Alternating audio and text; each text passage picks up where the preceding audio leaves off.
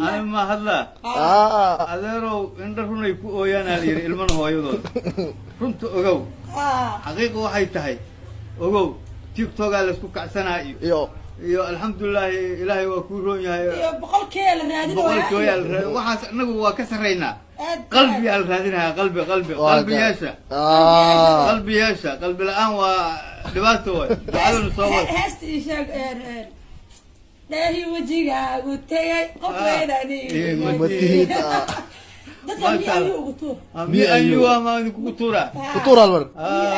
مي أيوة أبو ملقا أبو ملقو يري بحوريا واو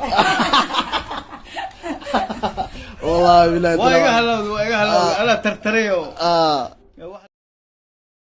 wadaadkan shayibka ama duqa oo aad lagu yaqaan baraha bulshada qeybaheeda kala duwan asigoo isla markaas magaca waayeelkii TikTok caan ku ah oo qudhiisa oo isku garanaya ayaa waxa uu soo muuqday asigoo sheegay haweeney daada 20 ilaa 30 u dhaxaysay inuu guursaday hase yeeshee dadkii ku xiraa ciwaankiisa uu ku leeyahay TikTok ayaa falcelin cajiib ah oo kala kulmay haddaba maxay tahay falcelintaasi ayaan halkan idinku faahfaahin doonaa dadka qaar ayaa arintaasi u arkay inay tahay prank ama waxyaalo iska dheeldheela oo ay sheegeen inuu doonayo inuu ku kala kacsado TikTok oo gaaro 100k in ka badan hase yeeshee waxa uu si waadix ah muuqaal kooban oo kaga soo muuqday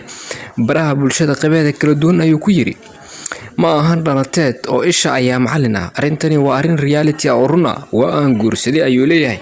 ee ugu soo hambaliyay dadow ma ahan daada farqiga iyo waxyaalo la mid ah oo qofka haduu gabooba ama da uu yahay wax walba waa uu sameyn karaa ayuu leeyahay arintaasi waan ku guuleystay asigoo dhool cadeynaya ayaa video kooban oo aad soo daawateen ku aragteen isla markaa haweeneydii uu guursaday inay kaga soo muuqatay isla halkaasi daqiiqadihii koobnaa ee baraha bulshada soo dhigeen waxay tiri arintan waa run oo waa aan guursanay ee noo soo hambaliyaya bal dadkii ayaa aad ula yaaban arinkan maadaama duqan uu yahay qof aad daadiisa u weyn tahay oo shayb ah oo cuslaaday ama ay dhahayaan qoftan aad ay ugu yartahay sidee bay ku guursatay oo arintani marunba iyo su'aalo ceenka ay isweydiinayaan badankooda hase yeeshee waxaan horay u aragnay baraha bulshada ama Facebook lagu soo xardhay sawirro lamaanayaal kuwaasi oo qaarkood da'doodu ay tahay ragga mid aad u sareyso walow habluhu ay intaan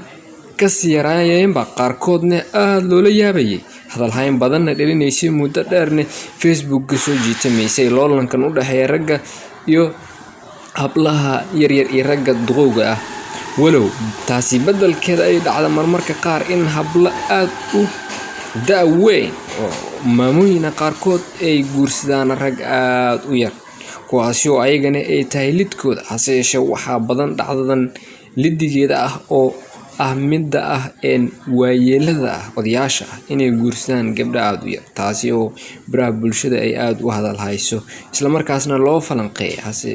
aad ayaan idinku soo gudbin halkaas ayaan barnaamijkii koobnaa ee waayeelkii TikTok aan idinku soo gudbinaynay macluumaad ku saabsan iyo sida uu sheegay inuu guursaday xaaskan da'da yar ee hadalhaynta badan ku sameysay baraha bulshada haddaba waxaan soo gudbin doonaa muuqaalo idin xiiso geliya kuwaasi oo aad ugu baahan tihiin arrimaha bulshada ah ku saabsan gabi ahaan halkan ayaan idinku soo bandhigi doonaa idinna waxaan idin rajaynaynaa caafimaad iyo baashaal wacan waxay leeyahay subscribe taana dhaafina like share comment intaba waxay noo tahay dhiirigelin aad u weyn taasi oo muujinaysa taageerada aad halkan u haysaan in ay idin soo gudbina barnaamijyo aad ugu farxadaan kuwaasi oo noqonaya kuwaan halkan idinku soo gudbina kuwa macquulsan oo asleenan hadii jeer